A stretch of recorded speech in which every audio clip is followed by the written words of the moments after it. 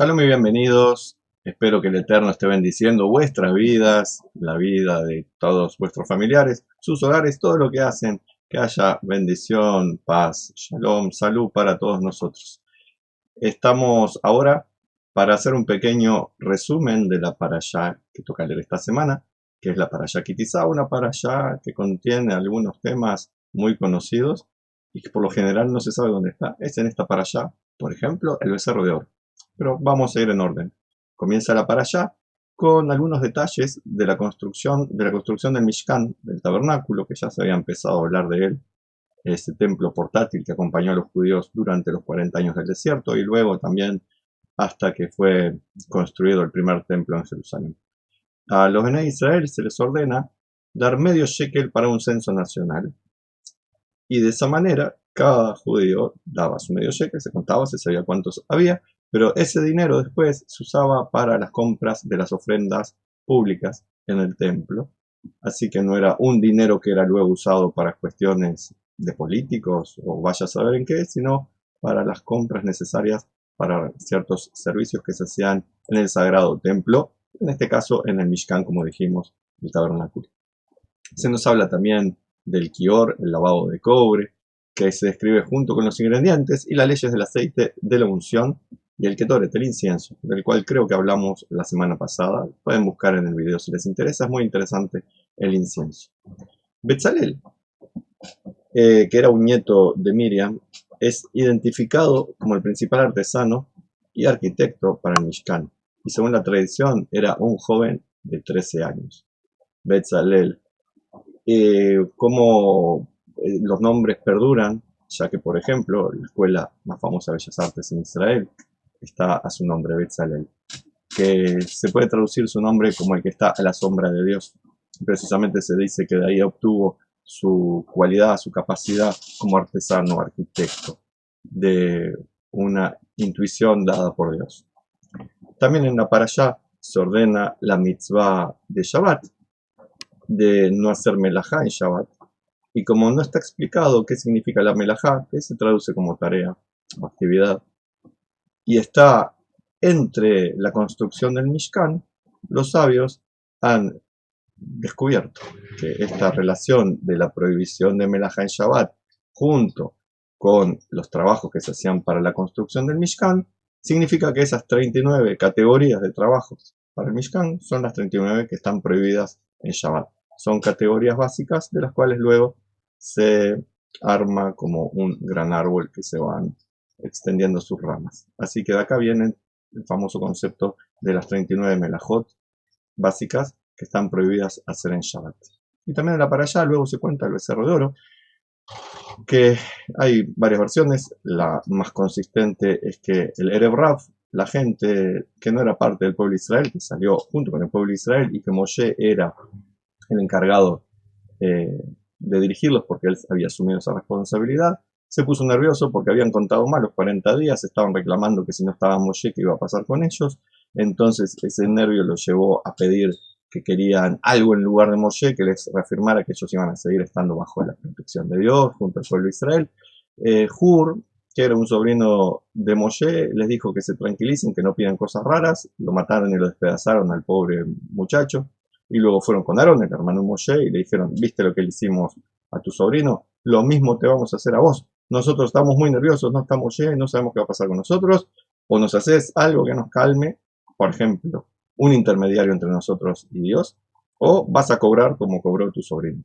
Y entonces ahí Aarón trata de alargar las cosas, finalmente se construye el becerro de oro, que los deja más o menos felices a estas personas.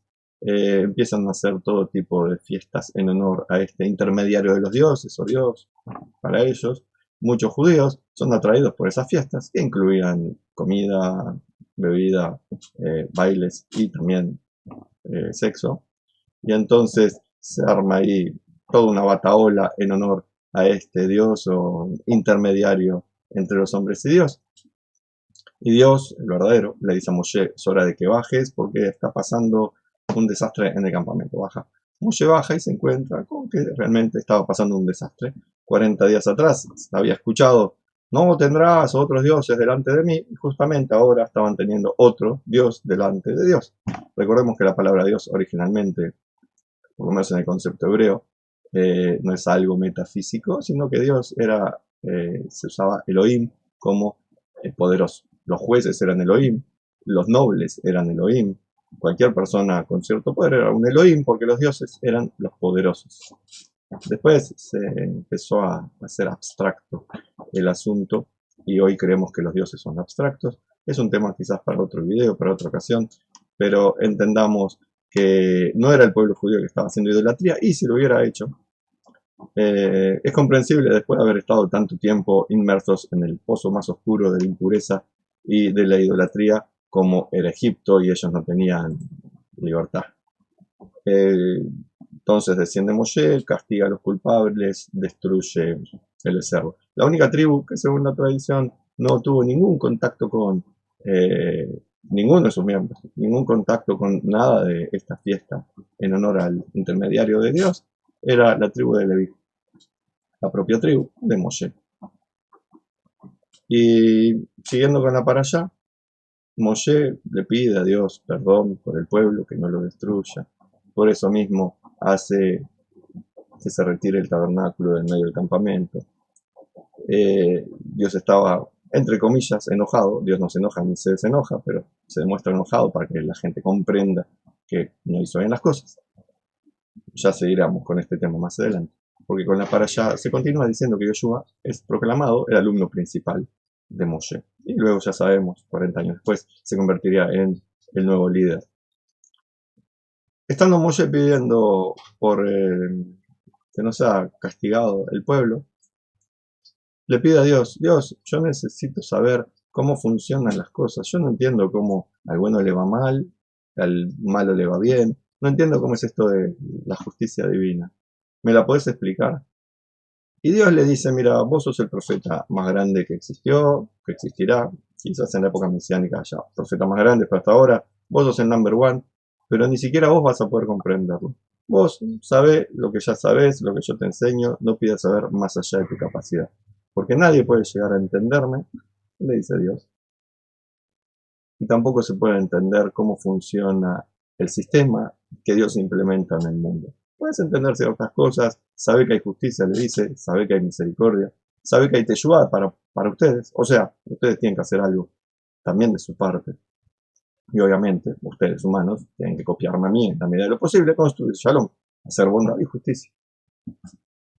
Y ahí Moshe recibe la instrucción también de armar 2 nuevas tablas y ascender al monte Sinaí.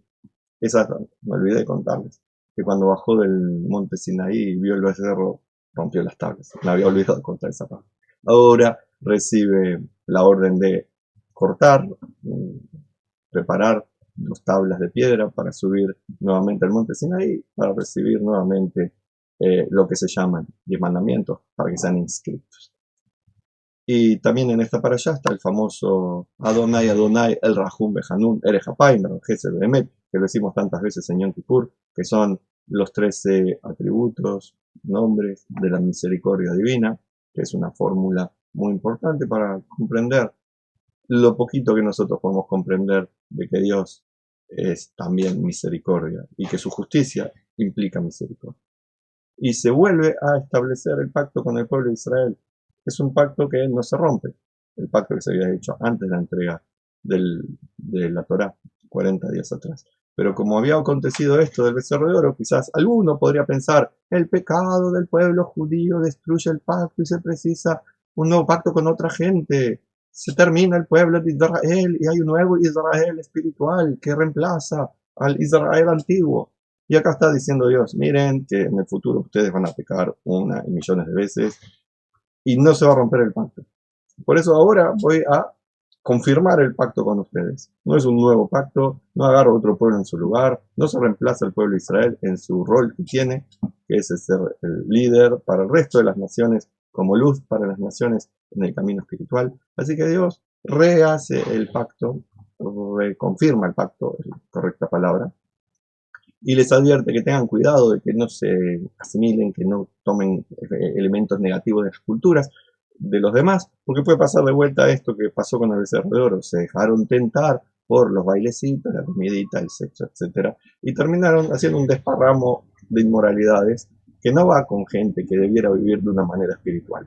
Obviamente, no solamente el pueblo judío debe vivir de una manera espiritual, pero por ser los líderes en el camino, los maestros, el faro que ilumina la oscuridad, bueno, somos los que tenemos que tener más cuidado.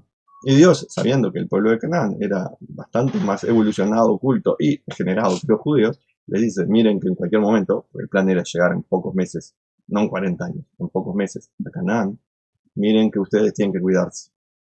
Y por eso mismo también Dios les dice que hay festividades, Pesach, Shavuot, Sukkot, Shabbat, para que los judíos vayan armando su propia identidad, ya no solamente con los relatos de los patriarcas y salimos de Egipto, sino armando su propia identidad para de esa forma también protegerse de irse asimilando y corrompiendo sus propios lazos para integrar cosas que no son necesarias en nuestro pueblo. Las cosas que son necesarias son bienvenidas, las cosas que perturban nuestra armonía y equilibrio espiritual no son necesarias y son las que debemos cuidarnos de ellas. También está Shabbat mencionado en esta parashá y también leyes básicas de Kashrut. Se nos cuenta casi al final de la parashá que Moshe permanece otros 40 días con sus noches en el monte Sinaí para regresar en Yom Kippur con las segundas tablas del pacto y con el perdón de Dios. Y cuando Moshe bajó del monte Sinaí, se dieron cuenta, la gente que lo estaba viendo, que algo había cambiado en Moshe, que ya no era Moshe el de antes. Ahora su rostro irradiaba una luz, la luz espiritual.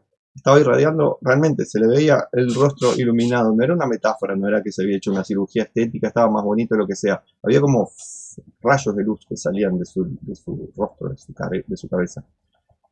Como carne y or, rayos de luz, también se puede traducir como cuernos de luz, es que el famoso, creo que fue Miguel Ángel, lo hizo cornudo el pobre Moshe. No eran cuernos como de vaya a saber qué, sino que eran rayos, carne o rayos de luz. Entonces Moshe se arma un barbijo de aquella época, un velo, para usar en todo momento. Entonces estaba tapada su luz, menos cuando iba a recibir de parte de Dios la profecía y cuando transmite la palabra de Dios al pueblo, porque estaba hablando en nombre de Dios. Entonces esa luz espiritual era lo que le daba también como una connotación especial a sus palabras. No era simplemente Moshe hablando lo que se le ocurrió, lo que era lindo, lo que estaba bien, sino la palabra de Dios a través de Moshe, y por eso se sacaba el barbijo para poder hablar la palabra de Dios lo mejor que pudiera expresarla para el pueblo. Era Dios que podamos escuchar su palabra, andar por el camino espiritual y tener todos una buena vida y compartirla con las demás. Los espero, si quieren, si pueden, este viernes 19:30 en el Centro Maimónides para tener enseñanzas, compartir, cantar juntos, pasarla bien, respetando los protocolos que el Ministerio de Salud nos pide que tengamos. Les deseo lo mejor para toda la semana, shalom, bendiciones, y que nos podamos encontrar en fiestas, en momentos de alegría.